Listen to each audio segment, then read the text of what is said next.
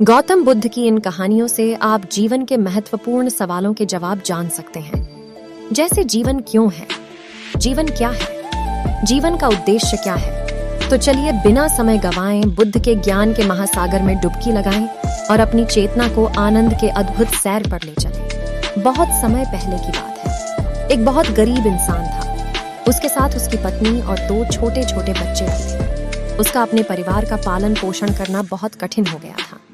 उसका दिमाग काम नहीं करता था और मन भी अशांत रहने लगा।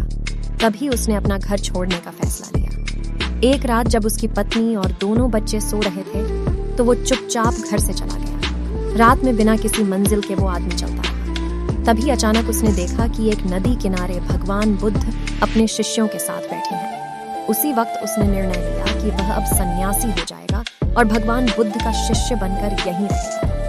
उसके बाद वह भगवान बुद्ध के चरणों में जाकर गिर गया और उनसे विनती करने लगा कि वो उसे अपना शिष्य बनाकर अपने साथ ही रखें। भगवान बुद्ध ने उस गरीब इंसान की बात सुनकर उसे अपना शिष्य बनाकर अपने साथ रख लिया।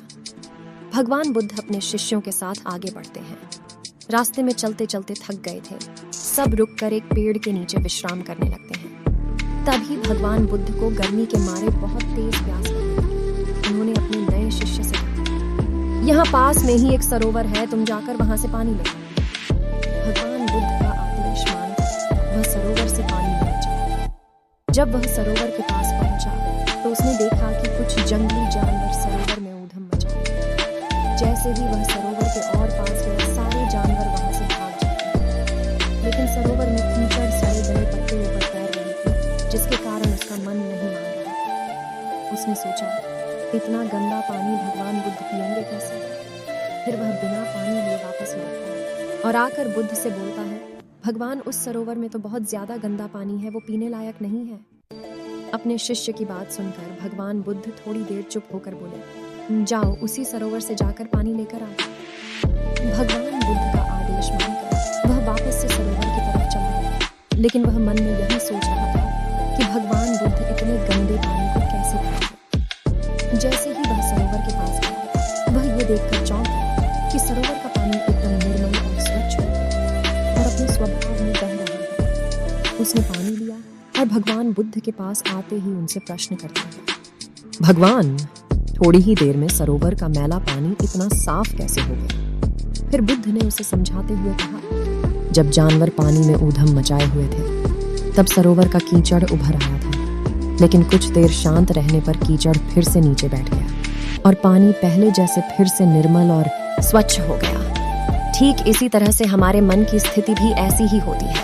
जीवन की कठिनाइयों और भाग दौड़ हमारी मन में उथल पुथल पैदा कर देती है, जिसके कारण हम बिना सोचे समझे गलत निर्णय ले लेते हैं। लेकिन कोई भी निर्णय लेने से पहले अगर हम अपने चित्त को शांत रखें और धैर्यपूर्वक बैठकर सोचें तो हमारे मन की वो उथल पुथल भी पानी की कीचड़ की तरह नीचे बैठ जाती है और तब हम जो भी निर्णय लेते हैं वो हमेशा सही होता है। इसलिए बुरे समय में इंसान को अपना धीरज नहीं खोना चाहिए। भगवान बुद्ध की यह बातें सुनकर उसका दिमाग खुल जाता है और जब वह शांति से बैठकर सोचता है तो उसे अपनी ही गलती नजर आती है। फिर उसे समझ में आता है कि उसने अपना घर छोड़ने का गलत निर्णय लिया था। फिर वो भगवान बुद्ध के चरण स्पर्श करके उनसे आज्ञा लेकर अपने घर और वापस चला जाता है। हम सभी जानते हैं कि व्यक्ति का मन बहुत चंचल होता है। यही कारण है कि मन अशांत रहता है और कई तरह के सवालों का जन्म भी अशांत मन के कारण ही होता है। यदि आप जीवन में शांति चाहते हैं तो इसके लिए जरूरी है मन को शांत करना। लेकिन मन को शांत कैसे किया जाए, तो इस कहानी के माध्यम से जानते हैं और समझने की कोशिश करते हैं। एक बार एक लड़का गौतम बुद्ध के पास जाकर कहता है, मेरे जीवन में बहुत अशांति है, कृपा करके आप मेरा मार्गदर्शन कीजिए जिससे कि मैं इस अशांति से छुटकारा पा सकूं। गौतम बुद्ध लड़के से जीवन की अशांति का कारण पूछते हैं। लड़का उत्तर देता है, अत्यधिक विचारों के कारण मेरे भीतर बहुत सारे विचार आते हैं जिससे मेरा मन अशांत है। बुद्ध मुस्कुराते हुए कहते हैं, ऊपर आकाश की ओर देखो और बताओ कि तुम्हें सूर्य दिख रहा है। लड़का ऊपर देखता है और कहता है, धूप दिख रहा है। बुद्ध उससे पूछते हैं, अगर तुम लगातार धूप में खड़े रहोगे तब क्या होगा। वह कहता है, मुझे अत्यधिक गर्मी लगेगी और शरीर में बेचैनी होगी। बुद्ध लड़के से कहते हैं कि अगर धूप में खड़े रहने से तुम्हें गर्मी लगती है तो इसमें दोष किसका है, सूर्य के ताप का या तुम्हारा? लड़का कुछ सोचने के बाद कहता है, इसका जवाब आप ही बताइए। बुद्ध कहते हैं, सूर्य का काम है ताप देना और ताप का काम है गर्मी देना। ऐसे में तो दोष तुम्हारा ही है कि तुम धूप में जाकर खड़े हुए जिससे कि तुम्हें गर्मी लगे। तुम्हें अगर शीतलता चाहिए तो तुम्हें छांव में रहना होगा।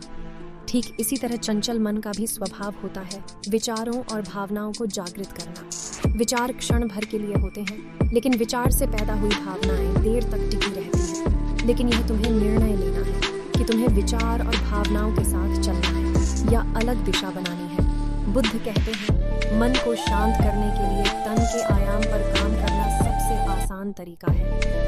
शरीर के स्तर पर हमारी कर्मेंद्रियां और ज्ञानेंद्रियां हैं।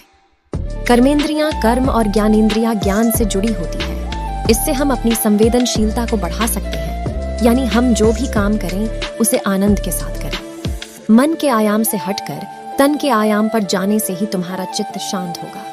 ऐसा करने से तुम मन के आयाम से हटकर शरीर के आयाम पर आ जाओगे। ठीक उसी तरह जैसे तुम धूप से हटकर छांव में आ सकते थे। मन के आयाम से हटने पर तुम्हारी जागरूकता तन पर आ जाएगी। जब तुम तन के आयाम पर काम करोगे तब तुम्हारा चित्त शांत होगा। इसलिए हर काम को तन के आयाम पर करने से मन स्वतः शांत हो जाता है। अपने मन के विचार और भावना को नहीं बल्कि सुर को सुनो, लड़का बुद्ध से कहता है। अपने भीतर के सुर को कैसे सुने? बुद्ध कहते हैं, किसी शांत स्थान पर रहकर जहां शांति हो, तब अपनी आंखें बंद करो और मन के भीतर चल रहे शोर से हटकर भीतर के सुर को सुनने की कोशिश करो। सुर निरंतर चलता रहता है, लेकिन बाहर के शोर के कारण तुम अपने मन के भीतर चल रहे सुर को नहीं सुन पाते हो। जब तुम अपने दोनों कानों को अपने हाथों से बंद कर दोगे, तभी मन के सुर को सुन पाओगे। इस तरह तुम मन की अशांति से दूर हो जाओगे और तुम्हारा मन शांत हो जाएगा। वीडियो पसंद आए तो एक लाइक जरूर करें। नीचे दिए गए कमेंट बॉक्स में हमें अपनी राय जरूर बताएं। चैनल पर नए हैं तो सब्सक्राइब जरूर करें।